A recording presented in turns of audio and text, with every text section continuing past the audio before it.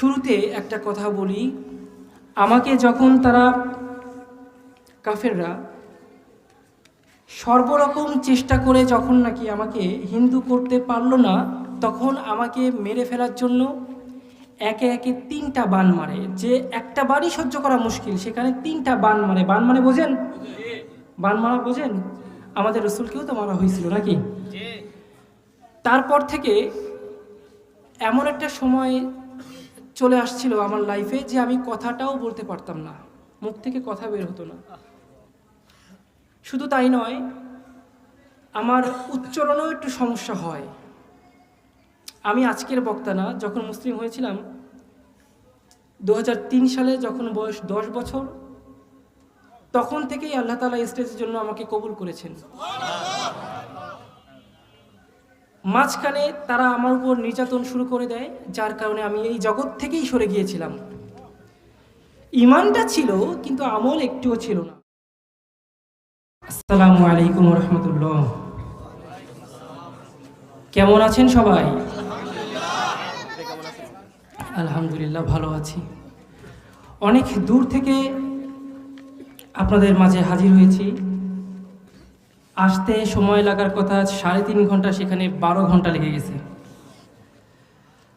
আল্লাহ, তো এত রাত পর্যন্ত যে ওয়েট করে আছেন, কষ্ট হচ্ছে না তো?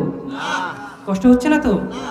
ইতিপূর্বে যারা বয়ান করেছেন তাদের মুখ থেকে যেন নূর ঝরছিল। তাদের তুলনায় আমি অতি নগণ্য, অতি তুচ্ছ। তারা যে বয়ানটা করেছেন তার ধারের পাশে হয়তো আমার বয়ান হবে না। আমার আলেম হওয়াটাই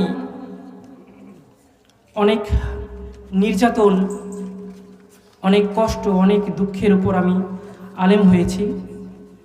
সময় থাকলে লাস্টে একটু বলবো, হ্যাঁ? শুনবেন তো সবাই? শুনবেন তো?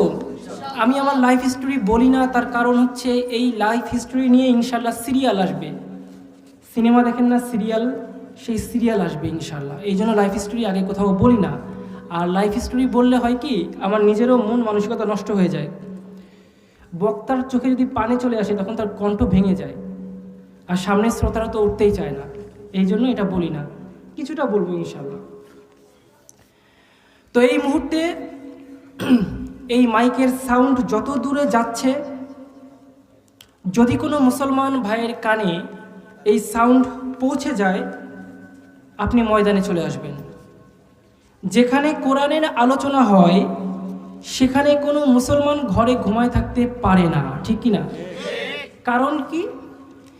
কারণ হচ্ছে কোরআন হচ্ছে মুসলমানের জন্য রূহ, মুসলমানের কলিজা। তো যেইখানে আলোচনা হবে কোরআনের, সেইখানে আপনি ঘুমায় থাকবেন, সেটা চলবে না। আপনি মুসলিম হলে অবশ্যই ময়দানে চলে আসবেন। আর যারা ময়দানে এসেছেন, শয়তানের সমস্ত ধোঁকাকে উইথড্র করে আপনারা এখানে এসে পৌঁছেছেন। এই জন্য শুকরিয়া আদায় করুন, বলেন আলহামদুলিল্লাহ। এখানে এসে বসাটা কতটা ভাগ্যের, সেটা হয়তো আপনি কল্পনাও করতে পারছেন না। ঢাকার মতো একটা জায়গায়, যেখানে কেউ কারো দিকে ফিরে তাকানোর সময় পর্যন্ত নেই, ঠিক সেখানেই যে আপনারা এই ময়দানে এসেছেন। আপনাদেরকে উদ্দেশ্য করে রাসূল সাল্লাল্লাহু আলাইহি ওয়াসাল্লাম একটা হাদিস বলি। একজন ফেরেশতা আপনাদের দিকে তাকিয়ে চিৎকার করে বলছিল, এই শোনো, তোমরা যারা কোরআনের ময়দানে যাচ্ছ, তোমাদের সমস্ত গুনাহকে, পিছনের যত গুনাহ তুমি করেছো, সমস্ত গুনাহকে ক্ষমা করে দেওয়া হলো। শুধু তাই নয়, গুনাহের সেই জায়গাটাকে নেকি দ্বারা পরিবর্তিত করে দেওয়া হলো। তো এখানে আপনি এসেছেন, বক্তা খুশি, আল্লাহ খুশি, নারাজ কিন্তু একজন। সে কে? সে চাইবে ওই যে ফাঁকা জায়গাটা আছে, ওখানে এসে আপনাকে কান পড়া দেবে। ওই কান পড়া শুনে যদি আপনি এখান থেকে উঠে চলে যান, শয়তান কিন্তু বেজায় খুশি। নারাজকে? নারাজকে? আমরা কি কেউ আল্লাহকে নারাজ করতে চাই? চাই নাকি? তাহলে ফাঁকা জায়গা রাখা যাবে না, সামনে এগিয়ে আসতে হবে, জিকিরের তালে তালে আসতে হবে। বলুন লা ইলাহা, চলে আসুন।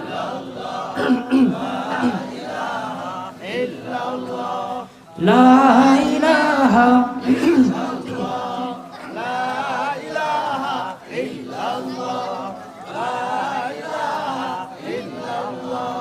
লা ইলাহা ইল্লাল্লাহ লা ইলাহা ইল্লাল্লাহ লা ইলাহা ইল্লাল্লাহ জোরে লা ইলাহা ইল্লাল্লাহ লা ইলাহা ইল্লাল্লাহ লা ইলাহা ইল্লাল্লাহ লা ইলাহা ইল্লাল্লাহ লা ইলাহা।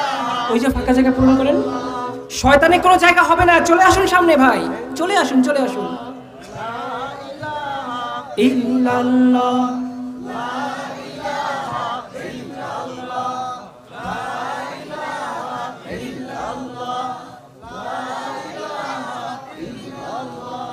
লা ইলাহা ইল্লাল্লাহু মুহাম্মাদুর রাসূলুল্লাহ সাল্লাল্লাহু। শুরুতে একটা কথা বলি, আমাকে যখন তারা কাফেররা সর্বরকম চেষ্টা করে যখন নাকি আমাকে হিন্দু করতে পারলো না, তখন আমাকে মেরে ফেলার জন্য একে একে 3টা বান মারে। যে একটা বানই সহ্য করা মুশকিল, সেখানে 3টা বান মারে। বান মানে বোঝেন? বান মারা বোঝেন? আমাদের রসুলকেও তো মারা হয়েছিল নাকি? তারপর থেকে এমন একটা সময় চলে আসছিল আমার লাইফে যে আমি কথাটাও বলতে পারতাম না, মুখ থেকে কথা বের হতো না। শুধু তাই নয়, আমার উচ্চারণেও একটু সমস্যা হয়। আমি আজকের বক্তা না, যখন মুসলিম হয়েছিলাম 2003 সালে, যখন বয়স 10 বছর, তখন থেকেই আল্লাহ তাআলা স্টেজের জন্য আমাকে কবুল করেছেন। মাঝখানে তারা আমার উপর নির্যাতন শুরু করে দেয়, যার কারণে আমি এই জগৎ থেকেই সরে গিয়েছিলাম। ঈমানটা ছিল কিন্তু আমল একটুও ছিল না। তো ঈমানদার আর মুসলমান এই দুটোর মধ্যে পার্থক্য কি, এটা নিয়ে আজকে কথা বলবো ইনশাল্লাহ। শুনবেন তো? শেষ পর্যন্ত থাকবেন। এই জন্য কিন্তু আমি কোনো মাহফিলে দোয়া করি না, মাহফিল শেষে আপনারা কেউ দোয়া করে দিবেন, হ্যাঁ?